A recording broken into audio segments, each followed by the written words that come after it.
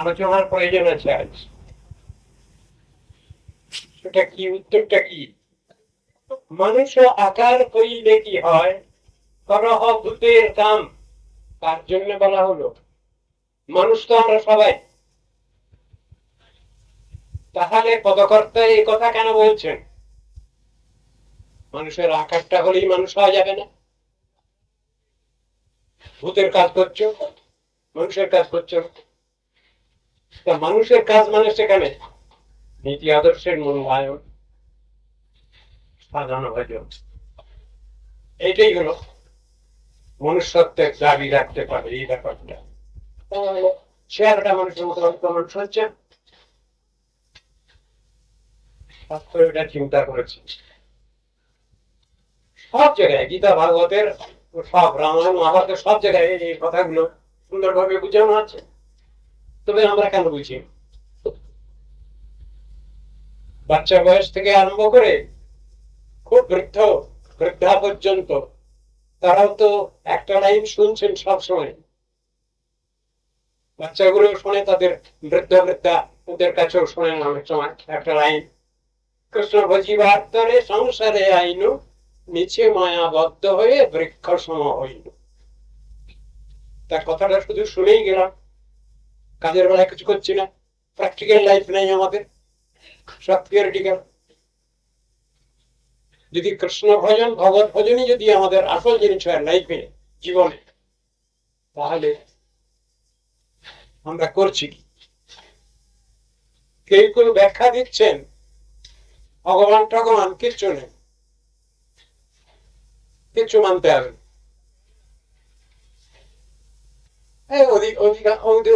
অধিকাংশ রাজনৈতিক নেতৃবৃন্দ এই কথা বলছেন, ধর্মকর্ম কিচ্ছু না, এবং ঘুরিয়ে ফিরিয়ে নীতি আদর্শ কিচ্ছু না। যদি তাই হয় তাহলে তারা আবার দাবি করছেন কেন আমাকে মানো, আমাদের মানো, এ কথা আসছে কেন? যদি কোনোটাই কিছু নয় তাহলে আবার আমাকে মানো এই কথা আসছে কেন? এটা তো বিচার হওয়া দরকার, এই বিষয়ে বিশ্লেষণ হওয়া দরকার। কেন এই কথা আসতে পারে? যিনি কাকুই মানেন না, কাকুই মানতে পারছেন না, তাকে আবার মানবে কে? তাকে মানবার জন্য কে বসে আছে? শাস্ত্রের যুক্তি দিয়ে জিনিসটা বোঝানো হয়েছে, ধর্মতত্ত্ব সিদ্ধান্ত এটা প্রতিষ্ঠিত সুন্দর যুক্তির উপর, বাস্তব যুক্তি, তারপরে প্রতিষ্ঠিত। কেবল শাস্ত্রমাশ্রিত না কর্তব্য বিনির্ণয়, যুক্তিহীন বিচারিত ধর্মহানি প্রজায়ত। কি বললেন তাহলে? কেবলমাত্র শাস্ত্রের প্রমাণ শ্লোক দিলাম, যুক্তি দিলাম, এতে হবে না। পিছনে তত্ত্ব সিদ্ধান্ত চাই, প্র্যাকটিক্যাল লজিক চাই তার পিছনে, তবে সেটাকে মেনে নেওয়া হবে। শাস্ত্রে সেই রকম যুক্তি তত্ত্ব সিদ্ধান্ত দিয়েই সবটা বুঝানো আছে, সবটা প্র্যাকটিক্যাল। এবং আজকাল লোককে কিছু বলতে গেলে আগেই বলতে হয় আমাদের এটা বিজ্ঞান ভিত্তিক আলোচনা। বিজ্ঞান ভিত্তিক আলোচনা বললে খুব বড় কথা হয়ে গেল আজকাল। আর জাগতিক যে জড় বিজ্ঞান আর পরমার্থ বিজ্ঞান, যে আকাশ পাতাল তফাৎ, সেই জিনিসটা কারো মাথায় ঢুকলো না। অদ্ভুত ব্যাপার। পাশ্চাত্য দেশ একটা কথা বলেছে, যে কথা আমাদের দেশে এখানে চলছে, কথাটা আলোচনা হয়, কিন্তু তার অর্থবোধ হয়তো নাই। Material science ends in philosophy and philosophy ends in religion. মানেটা কি? এটা তো আমাদের দেশের কথা নয়, পাশ্চাত্য দেশ থেকে এসছে কথাটা।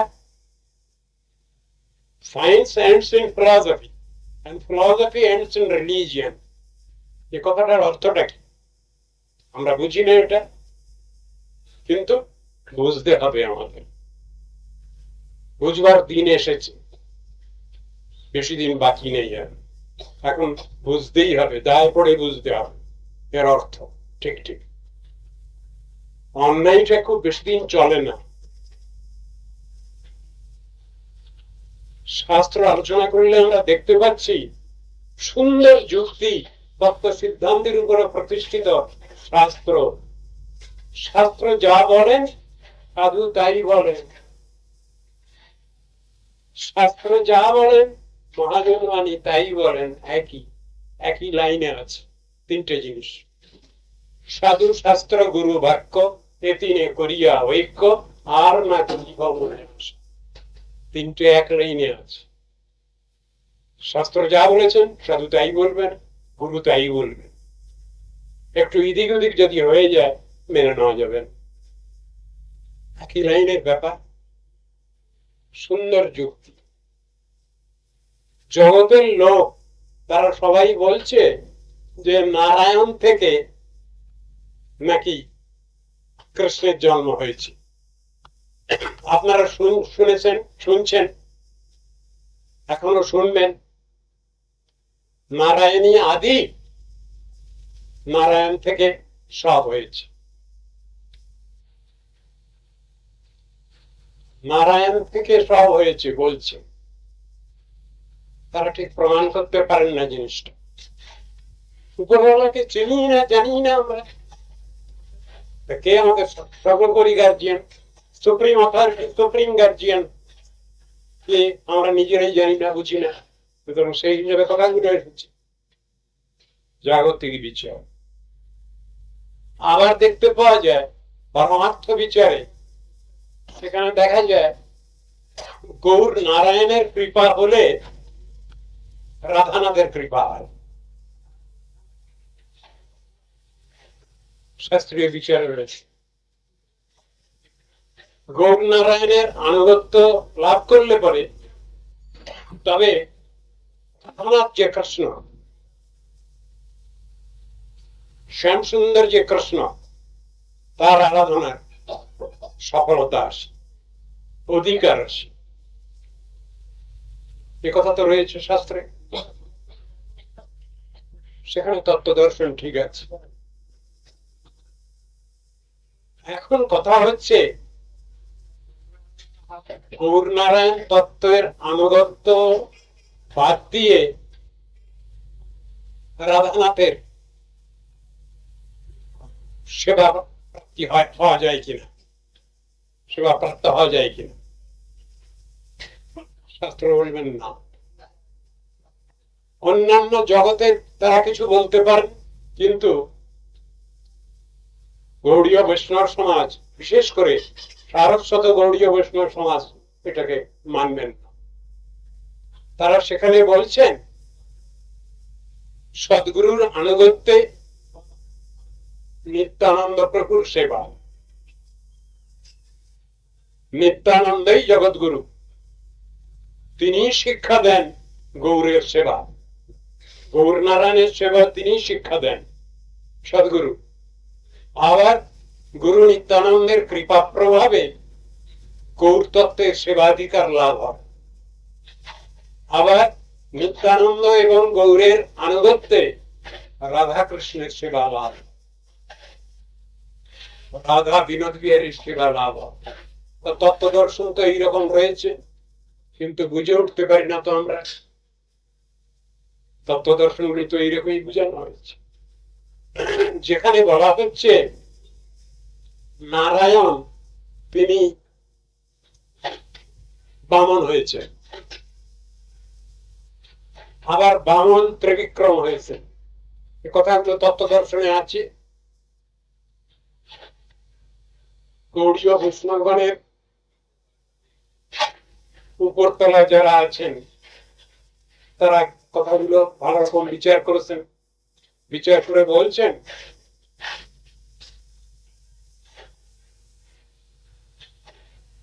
গৌর নারায়ণ বামন হয়েছেন আর বামন ত্রিবিক্রম হয়েছেন। ব্যাপারটা সেখানে কি অসামঞ্জস্য কিছু আছে? তা তো নয়, সামঞ্জস্য আছে। সেই সামঞ্জস্যটা আমাদের বুঝতে হবে, সামঞ্জস্যটা কোথায়। কাল আসছিলাম, আস্তে আস্তে একটা জায়গায় দেখলাম ট্রিনিটি হোম নাকি রাস্তায় আসতে আসতে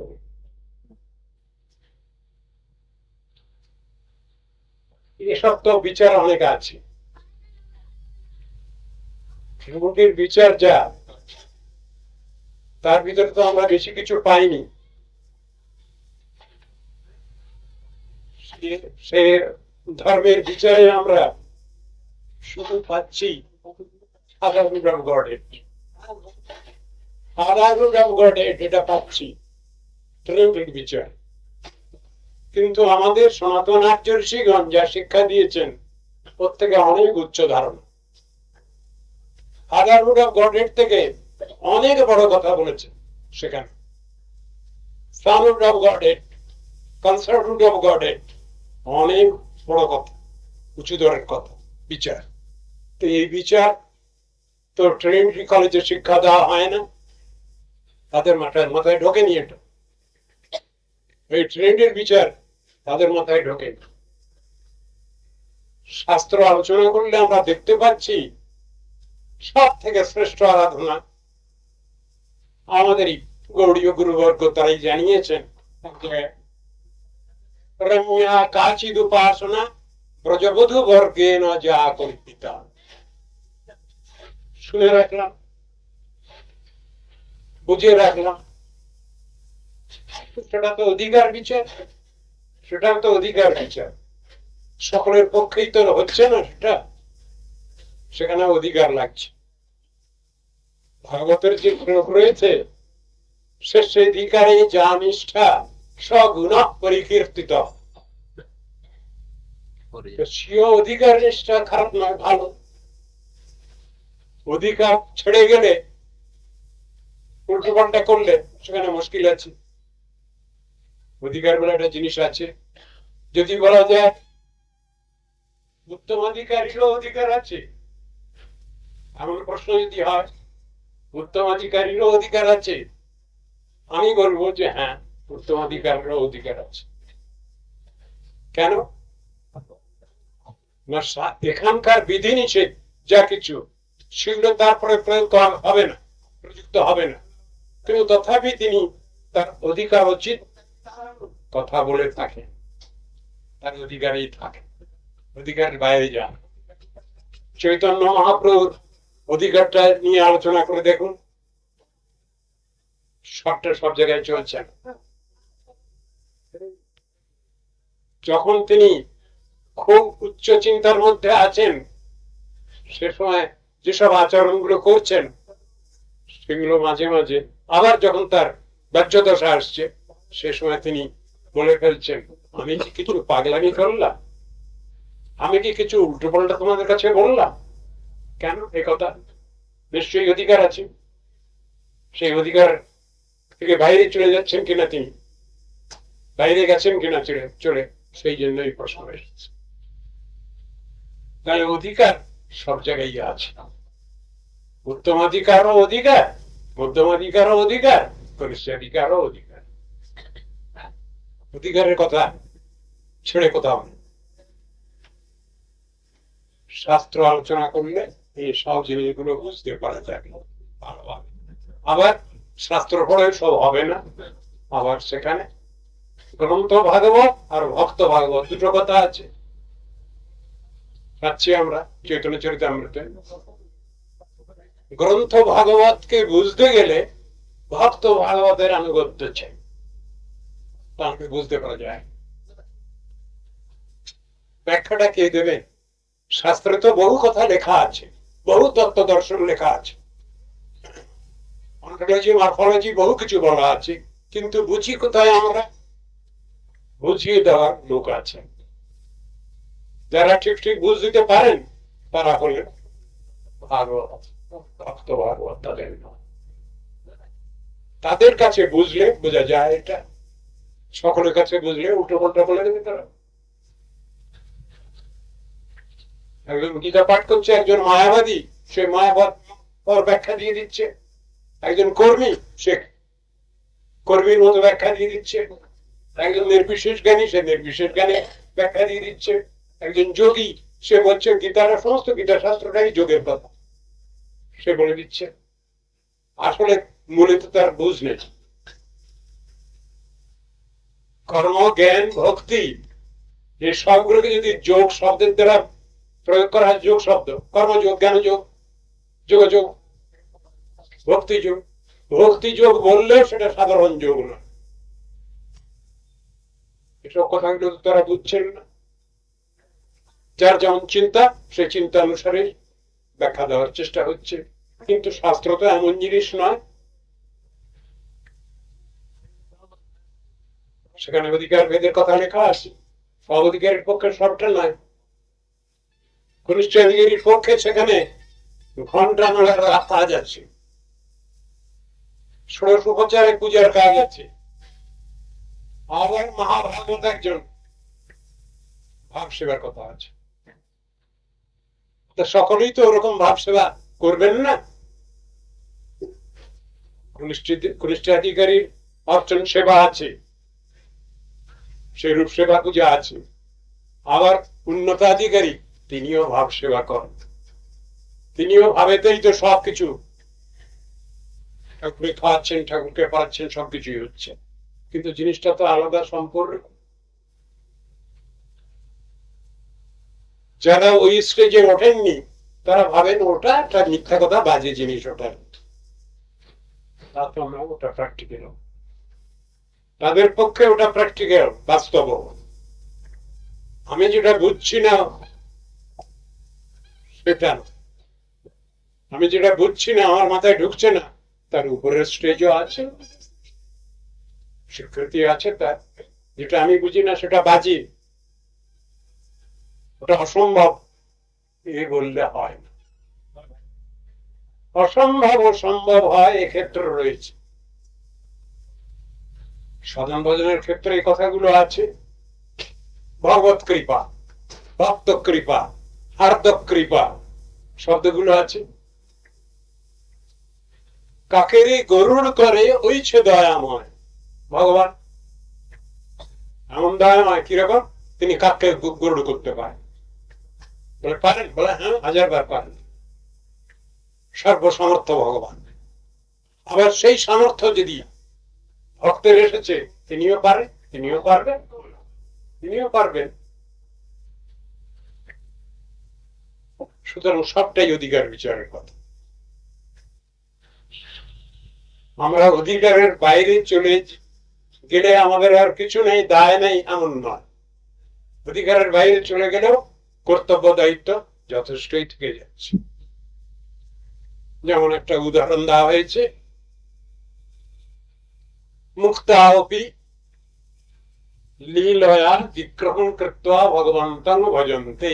কথাটা সাধারণ সকলেরই ধারণা, আমাদের মানুষ সাধন ভজন করতে করতে যদি তার মুক্তি হয়ে যায়, তাহলে আর কোনো করণীয় নেই, সব কাজ শেষ, তিনি পেনশন পেতে পারেন, কোনো কিছু না করলেও চলবে, এমন অনেকের ধারণা।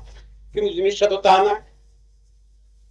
মুক্ত অবস্থাতেও কাজ শেষ নাই, ডিউটি শেষ নাই, বরং সেই ডিউটি আরো বেশি, অধিক পরিমাণে বৃদ্ধি পাচ্ছে। সেই কথাই শাস্ত্রে বলা হলো, দায়িত্ব, রেসপন্সিবিলিটি, লাইবিলিটি শত সহস্র গুণে বেড়ে গেল তার। এই যদি হয় সাধন ভজনের কথা, তাহলে আমরা অল্প একটুতেই শেষ করে দিতে যাচ্ছি কেন? মুক্ত হয়ে গেলে আর কোনো আমাদের কর্তব্য নেই, আর কিছু করণীয় নেই, বসে বসে খেতে পারবো, এমন একটা কথা তা না। পার্থিব জগতেও যে কথা বলে, এই লোকগুলো বসে বসে খায়, সমালোচক সবসময় বলছে মূর্খতারা, বোঝে না। কোন লোকই বসে বসে খেতে পারে, কোন না কোন সার্ভিস সমাজকে, সোসাইটিকে দিতেই হচ্ছে, সেটা স্থূল ভাবেই হোক, সূক্ষ্ম ভাবেই। সার্ভিস না দিয়ে কেউ কিছু করতে পারে না। তা জগতের লোক জাগতিক সার্ভিস দেয়, আর যারা স্পিরিচুয়াল তারা স্পিরিচুয়াল সার্ভিস দেয়। সকলের ঈশ্বরটা তো এক নয়, জগতের লোক যে সেবা শব্দ প্রয়োগ করছে, এই জাগতিক বিষয়ে সেবা শব্দ প্রয়োগ করছে, কিন্তু জাগতিক ভাবেতে সেবা শব্দ প্রয়োগ প্রযুক্ত হয়নি। সেবা শব্দটা প্রযুক্ত হয়েছে সেবা, আরাধনা, উপাসনা, এসব শব্দগুলো প্রযুক্ত হয়েছে ভগবানের ক্ষেত্রে। প্রাকৃত জড় বিষয়ে সেবা শব্দ প্রযুক্ত হয়নি। কিরকম? সর্বপাধি বিনির্মুক্তম তৎপরাত্মেন নির্মলম ঋষিকেন ঋষিকেশ সেবনং ভক্তির উচ্চতে। মানে কি হলো? ঋষিকে গোবিন্দ সেবা না পুজিব দেবী দেবা ভক্তি পরম কারণ। ঋষিকে গোবিন্দ সেবা। ভগবান থেকে আমরা ইন্দ্রিয় বৃত্তিগুলো পেয়েছি, সেই ইন্দ্রিয় বৃত্তিগুলো তারই সেবায় নিযুক্ত করতে হবে, এর নাম সেবা। কই ডেফিনেশন তো পাওয়া যাচ্ছে না। মনুষ্যের সেবা, অমুক সেবা, তমুক সেবা, এগুলো পাওয়া যাচ্ছে না। মূলকে বাদ দিয়ে আর যত প্রচেষ্টা, সেগুলো সবই বিফল হয়। আসলকে বাদ দিয়ে সবটাই বিফল হয়ে যায়। ভগবত সেবাকে কেন্দ্র করে যা কিছু করবো আমরা, তার মূল্যায়ন আছে। এই জিনিসটাই আমাদের মাথায় ঢুকছে না। সংসারে আছি, ঘরে আছি, সংসারটা কার? সংসারটা আমার নয়, সংসারটা ঠাকুর তোমার। হে ভগবান তোমার সংসার, হে কৃষ্ণ তোমার সংসার, তোমার সংসার যাত্রা করিব বহন। কথাটা বলা আছে, তোমার সংসারে আমি বিষয় প্রহরী, কথাটা বুঝানো আছে। আমি আমার সংসারে বাস করি না। মায়াদেবী ভুল বুঝবেন না, এটা মায়ার সংসার আছে, ব্যাখ্যা আছে, কিন্তু মায়ার সংসার হলেও আমরা কিন্তু কৃষ্ণের সংসার করব।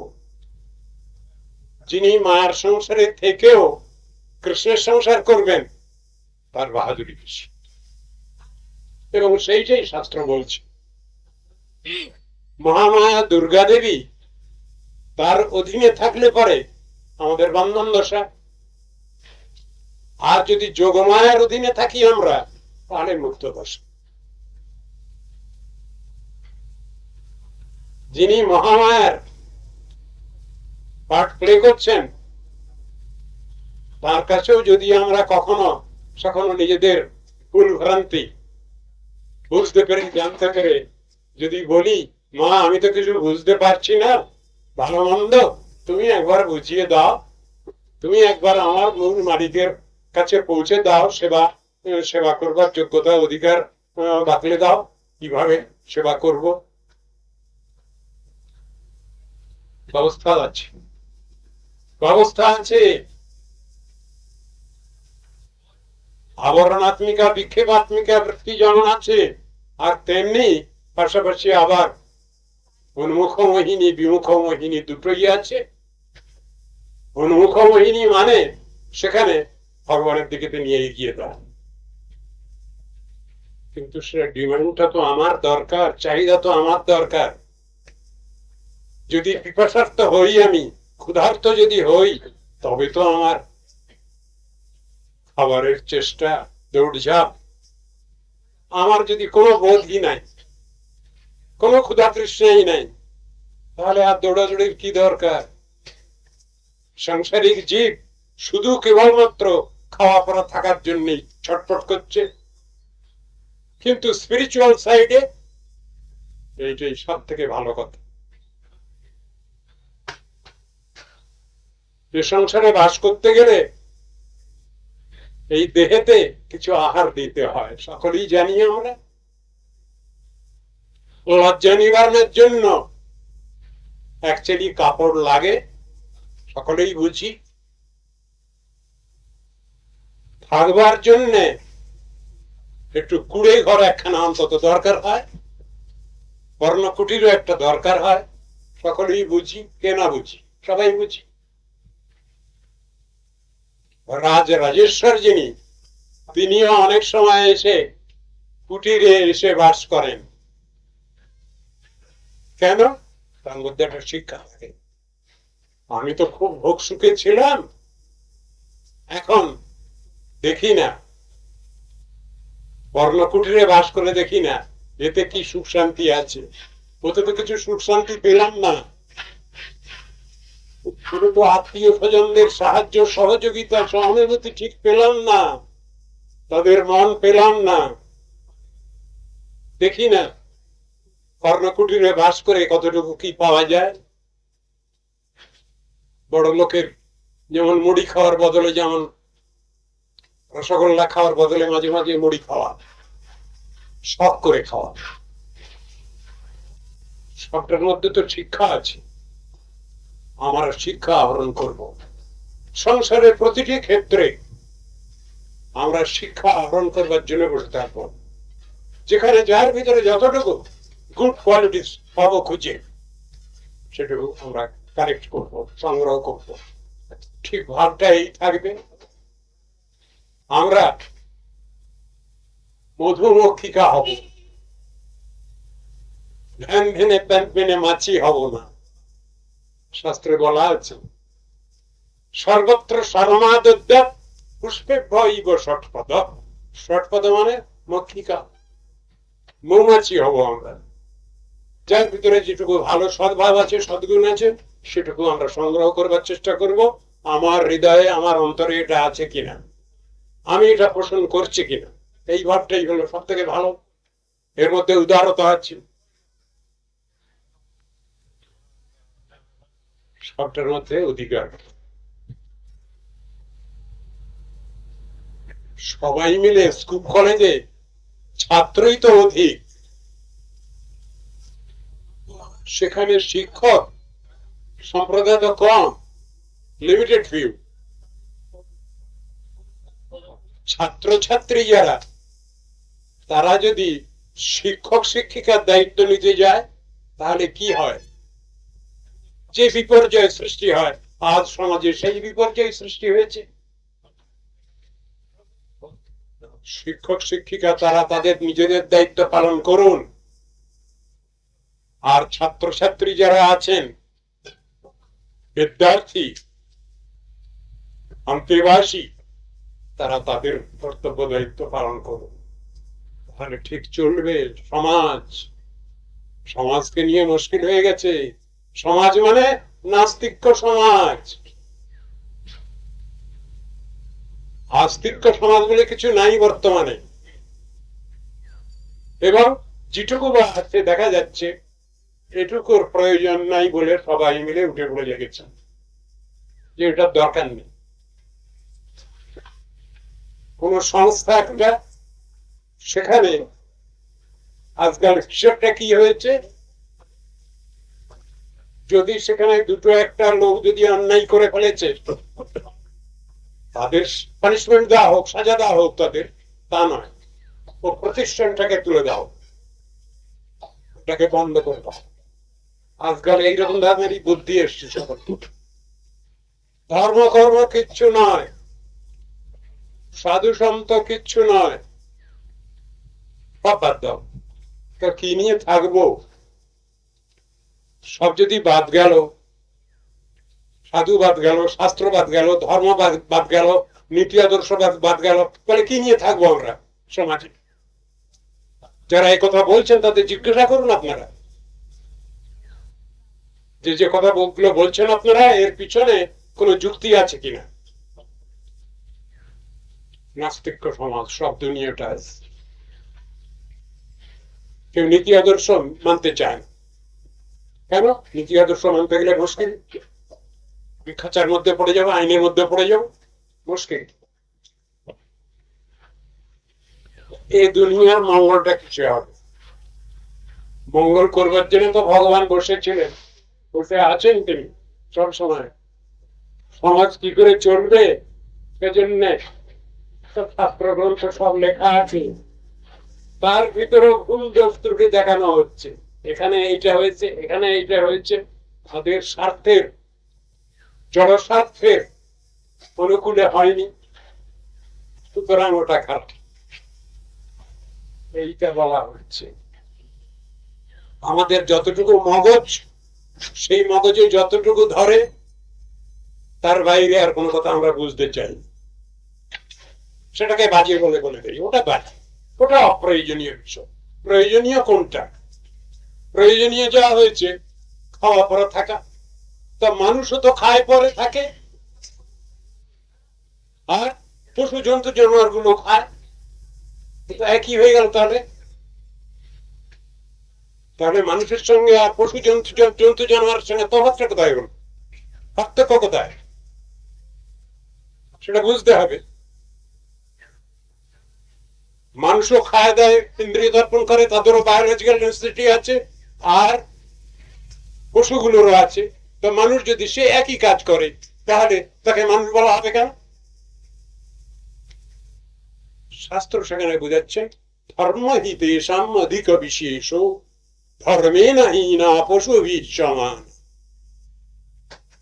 এইখানে এই ধর্ম, ধর্ম মানে যার যার ধর্ম তা নয়।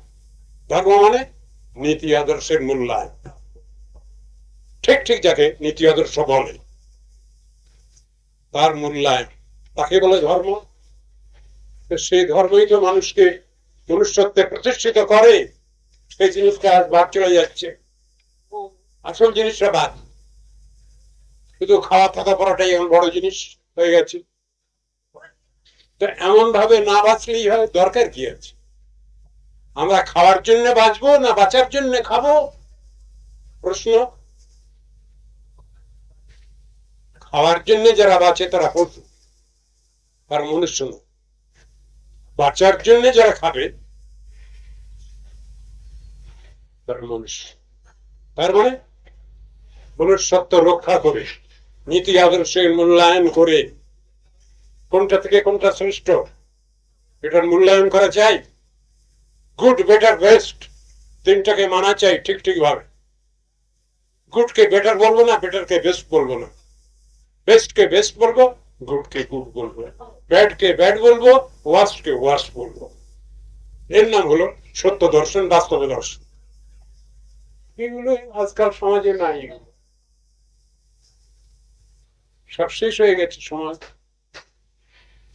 আমার বক্তব্য বিষয় যা ছিল সেইটুকু আমি আবার বলছি। গৃহপ্রবেশ।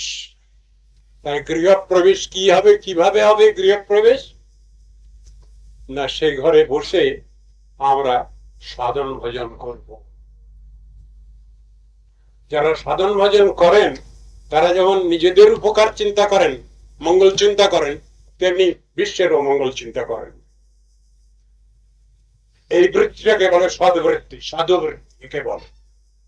সেই জিনিসটা বর্তমানে ভুল হয়ে গেছে। আমরা পজিটিভটাকে বাদ দিয়ে নেগেটিভটাকে ধরে টানাটানি করছি। কিন্তু শাস্ত্রের যে যুক্তি, বিচার, থিওরি, সেটা হলো without positivity negativity can be never be proved. Positive something, সাধন ভজন হলো পজিটিভ, সাধন ভজন হলো প্র্যাকটিক্যাল। যারা সাধন ভজন বোঝে না তারাই আজকাল বলছে ওটা থিওরিটিক্যাল, বাহ্যিক। সাধু সন্তদের কাছে সাধন ভজনই হলো প্র্যাকটিক্যাল। আর যারা কখন সাধন ভজন করে না, বোঝে না, মাথায় ঢোকে না কিছু, ও লাইন দিয়ে ধারে বাড়ি যায় না, তারা বলে সাধন ভজনটা থিওরিটিক্যাল, অবাস্তব। এটা তাদের উক্তি। আর এই দ্বন্দ্ব জগতে চিরকাল আছে। এই আস্তিক আর নাস্তিকের দ্বন্দ্ব জগতে চিরকাল আছে। ভগবান গীতার মধ্যে এদের চার্ট দিয়েছেন সব, সেসব চার্ট গুলো আপনাদের সব জানা আছে। আমি এখানে আলোচনা করে কি করব? অসত্যম প্রতিষ্ঠান্তে জগদাহুরনিশ্বরাম। ভগবান বলছেন, কৃষ্ণ বলছেন অর্জুনকে, সখা অর্জুনকে বলছেন, অর্জুন আগে তো তোমাকে বলেছি যারা সদ্ভাব নিয়ে চলে সংসারে, আস্তিকদের উদাহরণ দিয়েছি, এখন নাস্তিকদের চার্ট শোনো। কি? অসত্যম অপ্রতিষ্ঠান্তে জগদাহুরনিশ্বরাম। ব্রহ্মসত্য, জগৎ মিথ্যা। এই চলছে। আরে ব্রহ্ম যদি তোর সত্য হয় তাহলে জগৎও তো সত্য। জগৎ বল ক্ষয়িষ্ণু ধ্বংসশীল, এটা বল। কিন্তু চোখের সামনে দেখছি তো তাকে আমি অস্বীকার করবো কেন? এ জগতে ভগবান বলে কেউ নেই, স্রষ্টা বলে কেউ নেই, ক্রিয়েটর কেউ নাই, ভগবান টগবান কেউ নেই, উপরওয়ালা মালিক। এক নাস্তিক বলছে অপরস্পর সম্ভূতম, আর এক দল বলছে অ্যাটমস মলিকিউলস থিওরি থেকে সব হয়েছে, জগৎ সৃষ্টি হয়েছে। মানে কণাদের বৈশেষিক দর্শন। কিমন্যৎ কাম হইতুকম। আর শেষের নাস্তিক সে কি বলছে? ভগবান আমাদের কল্যাণের জন্য কিছু কাজ করেননি, তিনি যা কিছু করেছেন সব তার কামনা বাসনা চরিতার্থ করেছেন। যত দোষ নন্দ ঘোষ, শেষকালে সব ঘাড়ে চেপে গেল ভগবানের। তাহলে আমাদের কোনো দোষ নেই, we are not to blame. যত ব্লেম সব সুপ্রিম অথরিটির উপর। এই জাতীয় নাস্তিক্যবাদ জগতে প্রভাব বিস্তার করছে আজ। আর সমাজ আজ এইরকমই নাস্তিক। কি হবে? স্বর্গ নরক নাই কিছু বলছে, সব জানতা তো, এরা কিছুই জানে না, সব জানতা। স্বর্গ নরক বলে কিছু নেই। কবি এক জায়গায় বললেন, কি বলে, আকাশে স্বর্গ পাতালে নরক, এগুলি তো দেখি শুধু কথার ঠমক। স্বর্গ নরক নামে যদি কিছু রয়, তবে তার স্থান শুধু মানব হৃদয়। তা আইডিয়া, স্বীকার করতে আপত্তি নেই। কিন্তু কবিকে কে বলছে যে স্বর্গ নরক নামে তোমার প্লেস নেই, কোন জায়গা নেই? এই সংসারে যদি আমি ভালো কাজ করি তাহলে পুরস্কার দেওয়ার লোক বসে আছেন, তার স্থান আছে, সেই জন্য তাকে পুরস্কার দেওয়া হবে। আবার যদি কেউ অন্যায় করে তাহলে তাকে সাজা দেওয়া হয়, সাজা দেওয়ার লোক বসে আছেন, সাজা দেওয়ার জায়গাও রয়েছে। তো যদি এটা সম্ভব হচ্ছে এই জগতে, পরজগতে স্পিরিচুয়াল সাইডে এরকমটা থাকবে না কেন? তো যুক্তির কথা। এই জগতে ভালো কাজ করলে যদি আমি পুরস্কৃত হই, আর খারাপ কাজ করলে যদি আমি শাসিত হই, পরজগতে ওটা আছে। এটা অস্বীকার করবার কি উপায়? অস্বীকার করতে যাচ্ছি কেন? সব নাস্তিক চার বাঘের শীর্ষ আজকাল। বাঘ যা বলে গেছেন, শিখিয়ে গেছেন, সব নাস্তিক চার বাঘের শীর্ষ আজকাল। কি ড্রিঙ্ক অ্যান্ড বি মেরি, এই নিয়ে দুনিয়াটা। ওর থেকে আর কিছু বুঝতে চাইছে না দুনিয়াটা। আশ্চর্য ব্যাপার, নাস্তিক্য ভাব এতই বৃদ্ধি হয়েছে আমাদের আজ এই ভারত ভূমিতে, যে ভারত ভূমি এক সময় সকলেরই পথের দিশারি। এখনো আছে, যারা আছেন তারা আছেন, তারা দেখাবেন পথ, কিন্তু পার্সেন্টেজ কমে যাচ্ছে, বাড়েনি কিছু, পার্সেন্টেজ কমে যাচ্ছে। সব জিনিস মধ্যে হিসাব রয়েছে। সুস্থ পরিবেশ, পরিবেশে আমরা মানুষ হব নাই সেটা।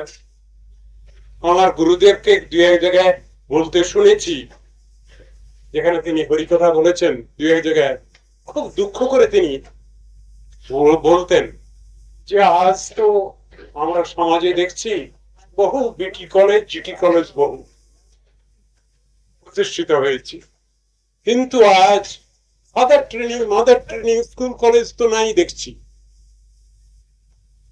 এগুলো স্টাবলিশ হওয়া দরকার সমাজ। যারা গার্জিয়ান, গার্জিয়ানরাই সব কিছু ভালো শেখেন, তারা তাদের সন্তানদের কি শিখাবেন? গার্জিয়ানরা নিজেরাই শেখেননি স্পিরিচুয়াল সাইড, তো তারা তাদের সন্তানদের কি শিখাবে? প্র্যাকটিক্যাল সাইডটা নাই তো।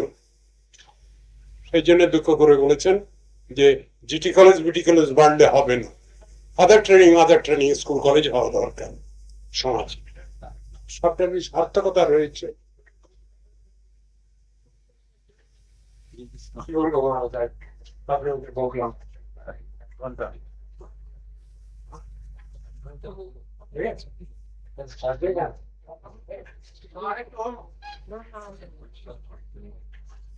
মহারাজ বলবেন